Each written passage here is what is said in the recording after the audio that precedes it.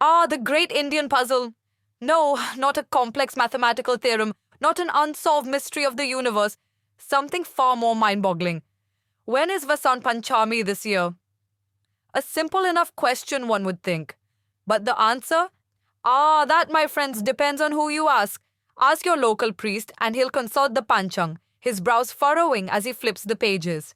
Ask your neighbor, and he'll forward a WhatsApp message sent by some all knowing family elder.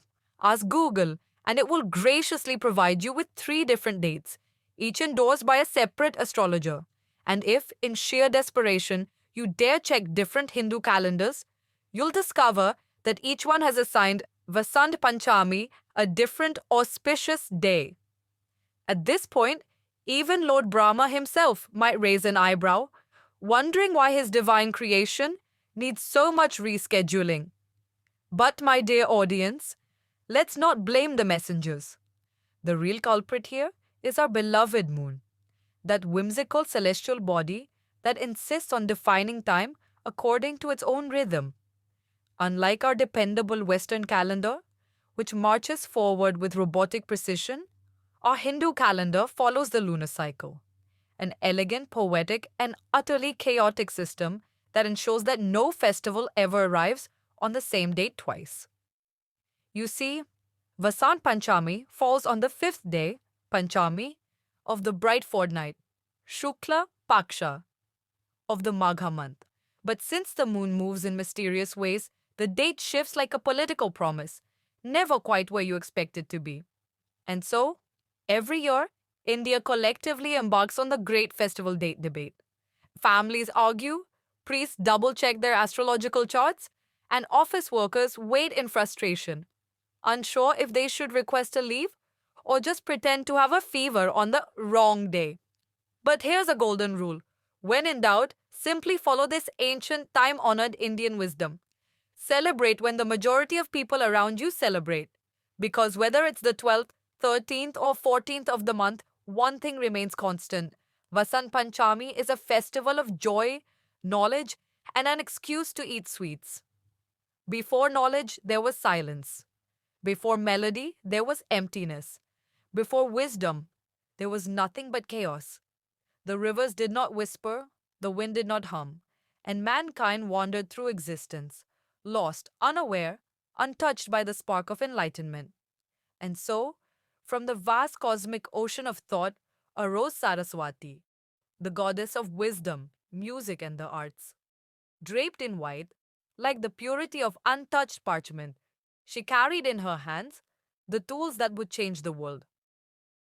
The Vena, from which the first melody was born, the scriptures, holding the secrets of knowledge, the rosary, symbolizing the connection between wisdom and spirituality, and a pot of sacred water, representing the flow of pure consciousness. With her arrival, the earth awoke. Rivers found their rhythm, birds discovered song, and mankind learned its first words.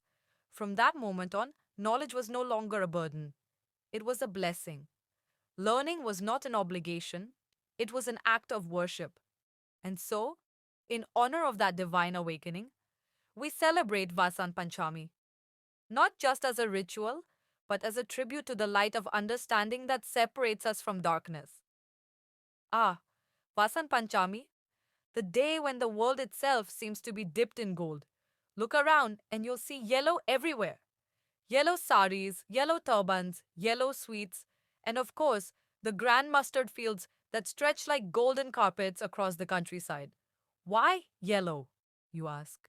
Because yellow is the color of wisdom, of warmth, of new beginnings. It is the color of mustard flowers in bloom, the turmeric that heals wounds, and the golden glow of knowledge that lights up the mind. On this sacred day, families wake up early, take a holy bath, and gather around Saraswati's idol. Books, pens, and musical instruments, objects of learning, are placed at the goddess's feet, untouched for the entire day, as a mark of reverence. For young children, this day marks a milestone. In many homes, toddlers are guided to write their first letter, often on a plate filled with rice grains. It is a gentle, beautiful reminder that education is a journey, and every journey begins with a single step. But my friends, let us remember, Vasant Panchami is not only about placing books before a deity for blessings, but also about actually reading them. It is not only about offering prayers for knowledge, but about embracing learning, asking questions, and thinking critically. It is not only about worshipping Saraswati, but about respecting teachers, valuing education, and recognizing that true wisdom is not just about remembering facts, but about understanding the world. In today's world, knowledge is not found only in scriptures and classrooms. It exists in every book, every conversation, and every experience. And yet, while Saraswati blesses us with the gift of intellect, how often do we misuse it? Do we seek knowledge or do we seek just a degree? Do we use wisdom to create or to manipulate? Do we pursue learning or just chase marks and certificates?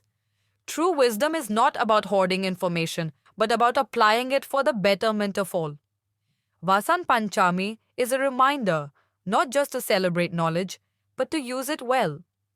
Though deeply rooted in Indian culture, Vasant Panchami has found its way across the globe.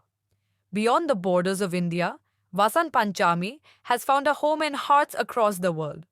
From London to Los Angeles, temples in foreign lands echo with the same prayers, proving that culture is not bound by geography, but carried in the soul.